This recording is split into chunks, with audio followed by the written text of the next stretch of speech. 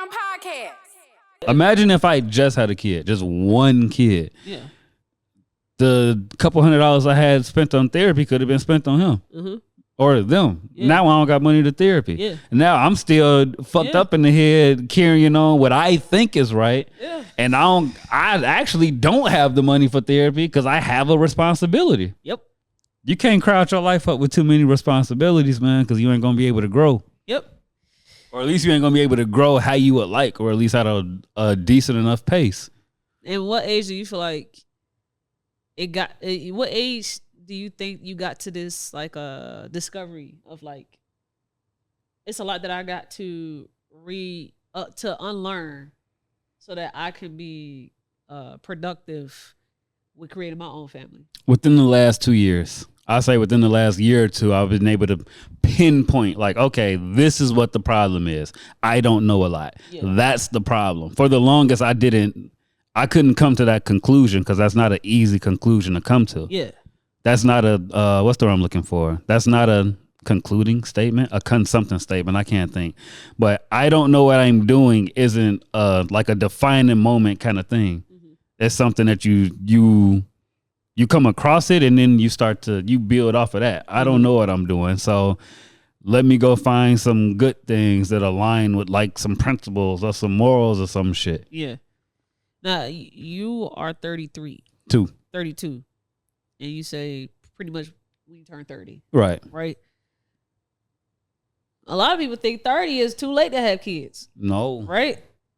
It's easy for you from the middle. And I was going to say from a man point of view, that's why I don't speak on that. A lot of women think it's too late to have kids when you get to your 30s, right? And so just think about how discouraging it is to know that there could be men out here that it takes for them to get to the age of 30 to realize that they have stuff they have to work on for them to even be useful in building a family. Right. And these are like, people call me a man hater and they call me whatever, all the stuff in the book that they want to because of my perspectives on stuff, but it's just human behaviors. Right. I don't blame men for being a product of their environment. Right. Women are the exact same, but they have no choice but to get it together. As soon as that baby come out, they ain't got no choice. They got to figure it out. Even they get all the flack if they don't figure it out. Right. And it's harder for women to run from responsibility. Yeah. But y'all have all the time to just try to figure it out. Shit, you think you got all the time. You don't. You behind the time. You behind the ball the whole time. Yeah, I want all the freedom to, but you think you do. To go figure it out while this other person has a bunch more they have to juggle to just go figure it out themselves. Right. And so like my perspectives is based off of it's just that's what it is.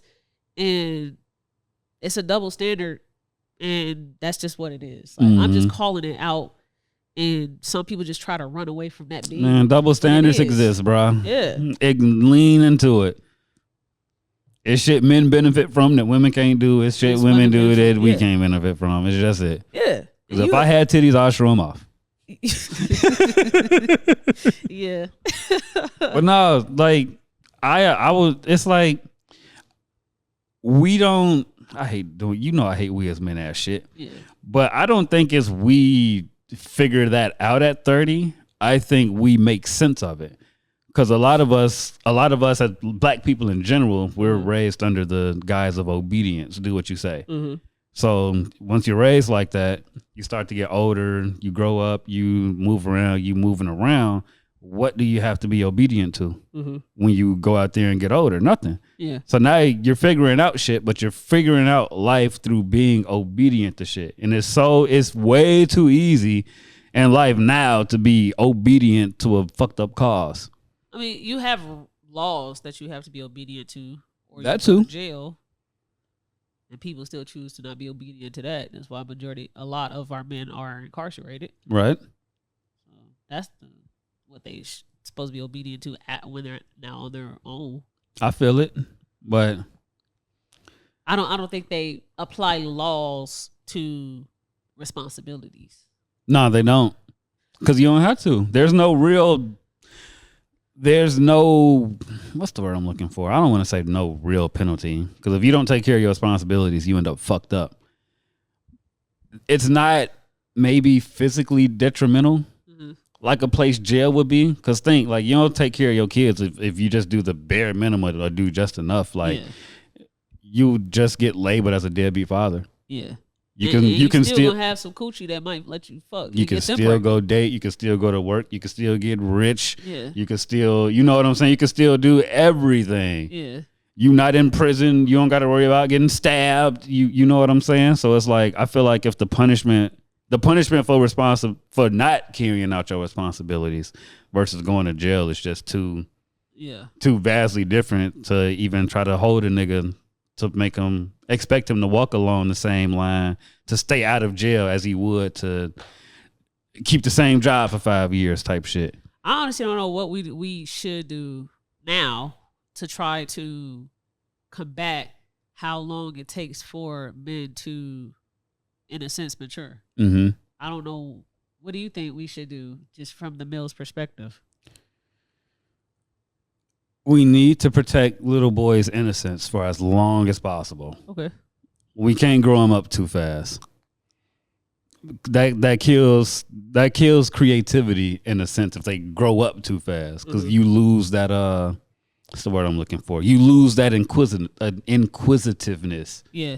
If you 16 and you go to school for 8 hours a day, and then you take care of your siblings for the other 2, 3, or 4, maybe you got 30 minutes to an hour to yourself. You're not living no different than a fucking 32-year-old with a job. So from your 16 to 32, you finna live like that the whole fucking way. And you only live like that because your parents stripped you of your innocence because they kept having kids. And they don't, whatever the fuck is the reason, they don't have money and shit. Yeah. So that's a way you can strip your kids' innocence, by you not being responsible for yourself. And by the time your kid can do just a little bit of their own, you throwing them into a big role. Innocence is gone. Yeah. Double standards exist in the way that we parent kids, like how we parent a boy and how we parent a girl. Double standards exist then. 100%. I saw something on Twitter that has said raising boys aren't easier. It's just easier to neglect them. Okay. That's a bar. That's a bar. That's a bar. That's a bar. And it's true. I feel like, I won't say it's true. I'll say I feel like it hits harder when you know a nigga don't take care of his daughter versus his son. It's weird. It's a weird double standard. I don't submit to it, but I see it. Yeah. And I realize it, and it's weird. Yep. And even I get it. I ain't even gonna hold you. Let me have a daughter versus a son. Now, it's not gonna be vastly different. Like, my daughter is the world and my son ain't shit. But it's like, I might be just a little more tender or a little more softer towards my girl versus my boy. I just feel like the things that we do to try to have strong, straight, heterosexual boys is abuse or drill sergeant type of parenting, instead of parenting that one preserves their innocence as long as possible, and then 2 instills ethics and morals in them instead of fear. Facts. And it's like this slave mindset to obeying people that have authority over them or revolting. Gee, that's why so many niggas crash out. It's not that they crashed out. They just don't have anything to be obedient to outside of the law. That's why a lot of niggas, it takes niggas going to jail and coming out and go, oh, I want to do good now. Yeah. Because the only thing they're obedient to are laws.